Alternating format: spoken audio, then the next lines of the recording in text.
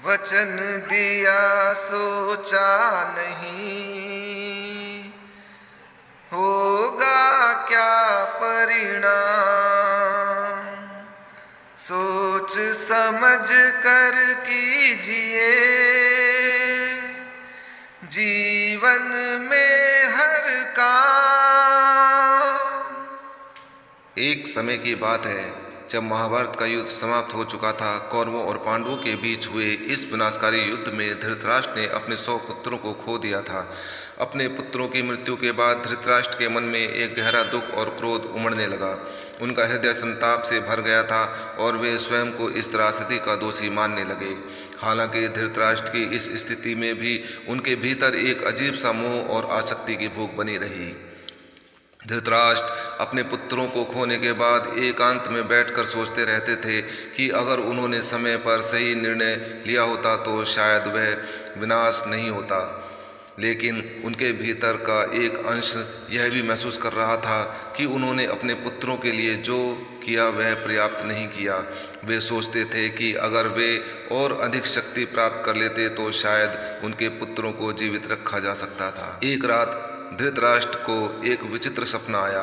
उन्होंने देखा कि आकाश से 100 चमकते हंस नीचे उतर रहे हैं। वे हंस अत्यंत सुंदर और तेजस्वी थे। वे सफ़ेद और पवित्र दिखाई दे रहे थे, मानो स्वर्ग से आए हों। हंसों का झुंड धृतराष्ट्र के चारों ओर चक्कर लगाने लगा और धृतराष्ट्र ने देखा कि उनमें से प्रत्येक हंस के पंख सुनहरे हो रहे थे।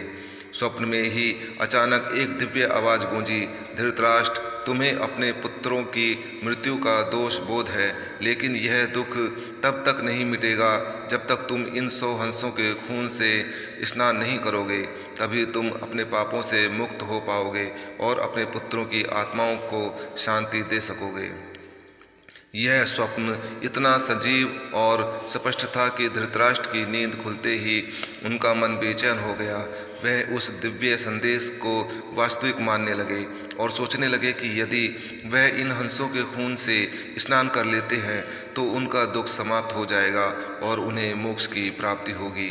धृतराष्ट्र ने अपने सेवकों और मंत्रियों को बुलाकर आदेश दिया कि वे उनके लिए 100 हंसों का प्रबंध करें। वह उन हंसों की तलाश में निकल पड़े जो उनके सपने में आए थे। हंस कोई साधारण पक्षी नहीं थे, वे विशिष्ट थे और उनका मिलना आसान नहीं था। धृतराष्ट्र की इस इच्छा को सुनकर उनके मंत्री और सेवक चकित रह गए। उन्होंने धृतराष्ट्र को समझाने की कोशिश की कि महाराज, हंसों का वध करना एक बहुत बड़ा पाप है और इससे उन्हें शांति नहीं मिलेगी, बल्कि और भी अधिक दुख का सामना करना पड़ेगा। लेकिन धृतराष्ट्र अपने निर्णय पर अडिग रहे। उन्होंने स्पष्ट कर दिया कि वे किसी भी कीमत पर उन हंसों का खून प्राप्त करेंगे। धृतराष्ट्र के आदेश पर पूरे राज्य में हंसों की तलाश शुरू हो गई। महीनों तक धृतराष्ट्र के सैनिक जंगलों, नदियों और झीलों के आसपास भटकते रहे, लेकिन उन्हें हंस नहीं मिले। यह प्रतीत हो रहा था कि वे हंस केवल स्वप्न की कल्पना मात्र थे, जो वास्तविकता में थे ही नहीं। जब धृतराष्ट्र की यह चाहत पूरी नहीं हो पा रही थी, तभी एक दिन राज्य में एक सिद्ध संत का आगमन हुआ। उस संत का नाम महात्मा कश्यप था, जो अपनी उच्च आध्यात्मिक शक्तियों के लिए प्रसिद्ध थे। धृतराष्ट्र को जब इस संत के आगमन की सूचना मिली तो उन्होंने तुरंत उनसे मिलने का निश्चय किया। धृतराष्ट्र ने महात्मा कश्यप से अपने स्वप्न का विवरण दिया और बताया कि उन्हें 100 हंसों के खून से स्नान करना है। संत ने धृतराष्ट्र की बातें सुनकर गंभीरता से विचार किया और कहा, राजन, यह स्वप्न कोई साधारण स्वप्न नहीं है। यह तुम्हारे भीतर की व्याकुलता और दोष बोध का प्रतीक है। हंस पवित्रता, शांति और सद्गुणों के प्रतीक हैं और उनका वध करना महापाप होगा। तुम्हें यह समझना होगा कि हंसों का खून तुम्हें मुक्ति नहीं देगा। तुम्हारे पापों का प्रायश्चित तभी संभव है जब तुम अपने अंधे मोह और क्रोध से ऊपर उठकर सत्य और धर्म के मार्ग पर चलोगे। धृतराष्ट्र के मन में संत की बातों ने हलचल मचा दी। वह समझ गए थे कि संत की बातों में सच्चाई है, लेकिन उनके मन में अब भी यह सवाल उठ रहा था कि यदि उन्होंने हंसों का वध नहीं किया तो क्या वे अपने पुत्रों की मृत्यु के दर्द से कभी उबर पाएंगे।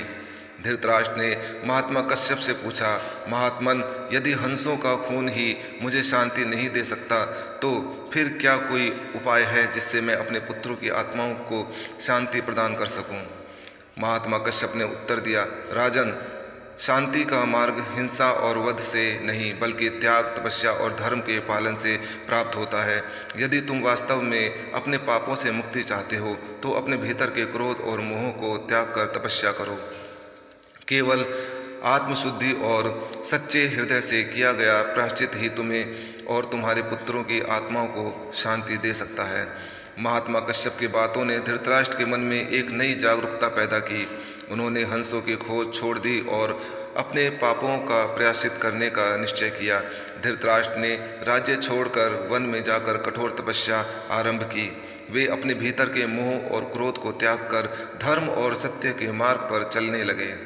धृतराष्ट्र ने जीवन के अंतिम दिनों में शांति प्राप्त की और यह समझा कि सच्ची शांति केवल आत्मा की शुद्धि और धर्म के पालन से ही प्राप्त होती है।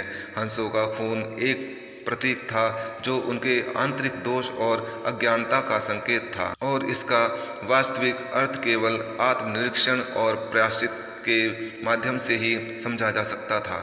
धृतराष्ट्र और 100 हंसों के खून से स्नान की यह कहानी प्रतीकात्मक है और हमें यह सिखाती है कि बाहरी शक्तियों और वस्त्रों से आत्मा की शांति नहीं मिलती। आत्मा की शुद्धि और पापों से मुक्ति केवल आत्मनिरीक्षण, धर्म के पालन और सच्चे हृदय से लिए गए प्रायश्चित से ही संभव है। जो कुछ है संसार में, जो कुछ है संसार, इसी कथा में कह दिया वेद व्यास ने सार।